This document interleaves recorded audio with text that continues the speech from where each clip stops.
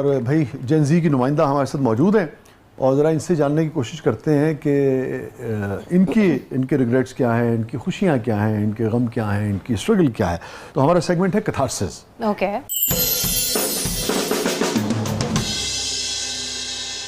Any regret in life, छोटी सी हो वैसे तो तुम, मगर जो भी इस उम्र में। हाँ, मैं स्कूल में जब थी तो आई थिंक क्लास 3 से पहले मैं बहुत बॉसी थी।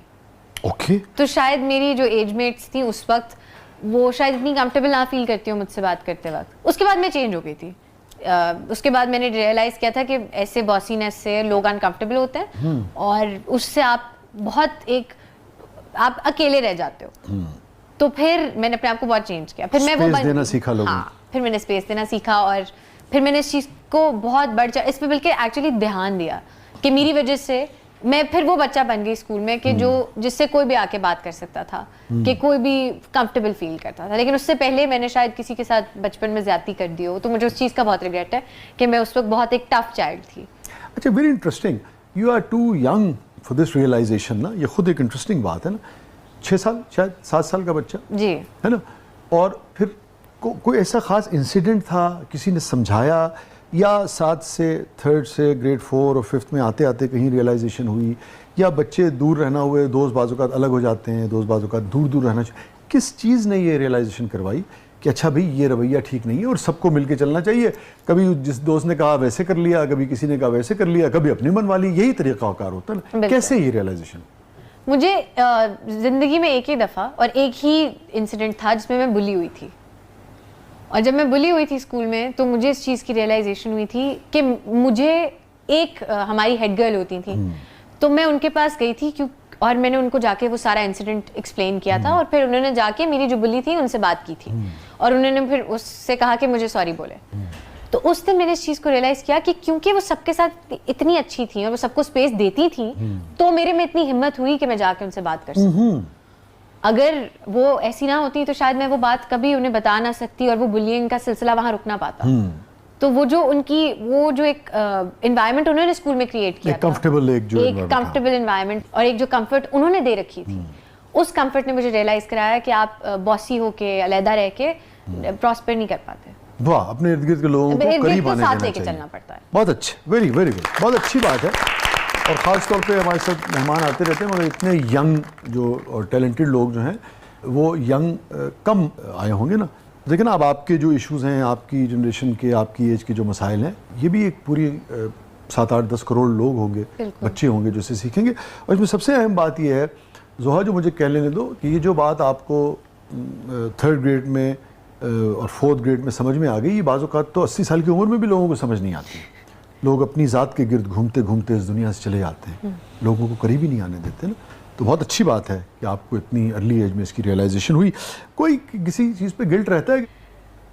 गिल्ट नानी के साथ थोड़ा ज़्यादा टाइम स्पेंड कर लेती, मैं उनसे बहुत अटैच थी, तो मुझे ये इस चीज़ का गिल्ट रहता है कि ज़्यादा टाइम होता तो अच्छा होता। मतलब गिल्ट तो खैर नहीं, रिग्रेट ही कह ले इसको भी, लेकिन हाँ मुझे नानू बहुत याद आती हैं, तो मुझे होता है कि मैं उनके साथ ज़्यादा टाइम स्पेंड कर लेती हूँ। मैंने जो टाइम वेस्ट कर दिया उनके पास ना रह के, क्योंकि वो बहुत बीमार हो गई थी ऑब्वियसली अपने आखिरी डेज में, तो मुझे इस चीज़ का बहुत गिल्ट होता है कि मैं शायद obviously I was a kid, तो मैं खेलने कूदने में भी थी, तो अगर मैं वो टाइम वहाँ ना वेस्ट करती और नानू के पास रुक जाती तो आज शायद मेरे पास ज़्यादा मेमोरीज होती टू चेरिश। कौन सी बात नानू की, जैसे कहते हैं ना, सबसे ज़्यादा याद आती हो? नानू मेरी बहुत नोकझोंक होती थी, तो वो मुझे उनकी छोटी मोटी चीज़ें होती थी और उनका अनकंडीशनल प्यार था मेरे लिए, वो बहुत याद आता था। उन्हें कुछ बुरा ही नहीं लगता था, मैं नानू को जो मर्जी कह लूँ, उनकी मेरी दोस्ती बहुत थी, जो मर्जी कह लूँ, जो मर्जी मतलब बोल दूँ, लड़ भी लूँ, तो उन्होंने ही मनाना, उन्होंने ही मेरा ख्याल भी करना, फिर मैंने उनका ख्याल करना, तो वो बहुत अच्छी दोस्ती थी मेरी। ये जो आपने बात की ना कि कुछ बुरा नहीं लगता था उन्हें, ये जो रियलाइजेशन है, बड़ा कमाल की रियलाइजेशन है आपकी, और ऑब्जर्वेशन भी है, तजुर्बा भी है आपका, मगर बहुत सारे लोगों को नहीं अंदाज़ा होता। हमारे एक बहुत बड़े स्कॉलर थे, राइटर थे, शॉर्ट स्टोरी राइटर थे, प्ले राइट थे, अशफाक अहमद उनका नाम था। आपने नाम सुना होगा कहीं, अशफाक अहमद और बानो कुदसिया साहब का। तो अशफाक साहब का एक जुमला है कि महबूब कौन होता है कि जिसकी ना भी हाँ लगे। तो ये बिल्कुल वही रवैया है ना, जो किसी भी बात पे खफा ना होता और नाराज ना होता ना, हंस दे। ग्रेट। तो ये फरमाइए हैप्पीएस्ट मोमेंट। अभी मैं रिसेंटली सेट पे थी तो किसी ने बोला कि आपकी अम्मी ने आपकी बहुत अच्छी तरबियत की है, तो वो मेरे लिए काफी हैप्पी चीज थी वो, that made me really proud. Obviously आपके पेरेंट्स का नाम और आपके पेरेंट्स को इज्जत मिले, उनको अच्छे अल्फाज में याद किया जाए बिकॉज ऑफ यू, तो वो तो आई थिंक हर बंदे के लिए एक बहुत बड़ी अच्छी चीज। तुमने फोन करके बताया मम्मी को ये कह रहे हैं? नहीं, हाँ। अब वो सुनेंगे। जी, चलो कि सबसे बिटर मोमेंट। बिटर मोमेंट तो नहीं पता, बिटर जुमला याद है। तो किसी ने मुझे एक दफा कहा था कि तुम नहीं कर सकती, तो वो मेरे दिमाग में फंस गया था। यानी कि आप अदाकारी नहीं कर सकती? मैं अदाकारी नहीं कर सकती, या मैं कोई भी काम किसी भी चीज को लेकर तुम ये कर नहीं सकती, तुम कुछ नहीं कर सकती, ठीक, किसी काम को, किसी भी काम को इन एनी सेंस, वो अदाकारी से रिलेटेड नहीं था कि तुम ये कर ही नहीं सकती, ठीक है। तुमसे होगा नहीं। तो वो मेरे दिमाग में फंस गया था। तो वो आज फिर वो मैंने करके दिखाया कि मैं ये तो ये करके देखा, ऐसी की दिखाऊंगा। तैसी, आप देखो। तो ये बेटर चीज थी। जिन्होंने कहा था, फिर उनके सामने जो भी काम था जब आपने वो किया, तो उस वक्त उनकी क्या राय थी? क्या आपने उनसे कहा? या होता ना कि बंदा कभी चाहता है कि अच्छा चलो इसको पता तो लगे। मैं उनके पास वो लेके गई और मैंने उन्हें कहा, ये देखें आपने मुझे कहा था ना कि मैं ये नहीं कर सकती, मैंने कर लिया। फिर आइंदा किसी को ये ना कहना कि आपसे होगा नहीं, क्योंकि वो आपको करके दिखा देगा। तो ये मैंने कहा था। और उनका क्या रिएक्शन था? उनका वो शर्मिंदा हो गए थे, बहुत शर्मिंदा हो गए थे। वो मुझसे बड़े थे, तो वो बहुत शर्मिंदा हो गए थे इस बात को लेके।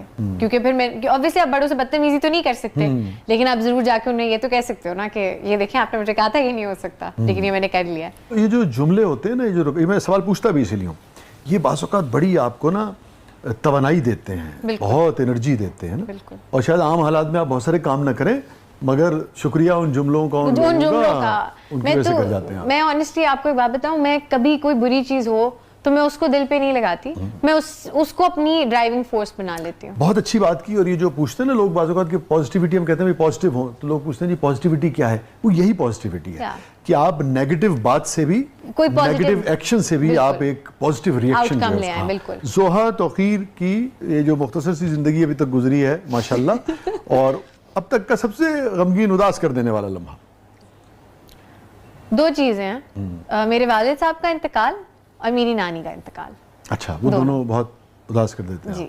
अब्बू तो खैर आपके बहुत ही छोटी थी उस वक्त जी। और नानी जो थी उनका इंतकाल हुआ है तकरीबन अब से 2016 में हुआ। हाँ, 2016 में। तो अब तो 10 साल हो गए। अब से 10 साल हो गए। तब भी आप छोटे थे ना बहुत? 8 साल की थी मैं। 8 साल की थी। आखिरी क्या बात हुई थी नानों से आप? मैं उनकी दवाई और इन चीज़ों का ख्याल भी करती थी, तो मेरी जिम्मेदारी लगी हुई थी।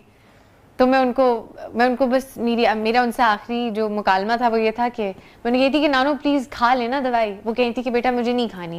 वो कही थी मुझे लग रहा है मैं हॉस्पिटल जाऊंगी ना तो मैं वापस नहीं आऊंगी। तो वो सच हो गया कि वो हॉस्पिटल गई और फिर वहाँ से वापस नहीं आए। अल्लाह ताला आपकी नानों को और आपके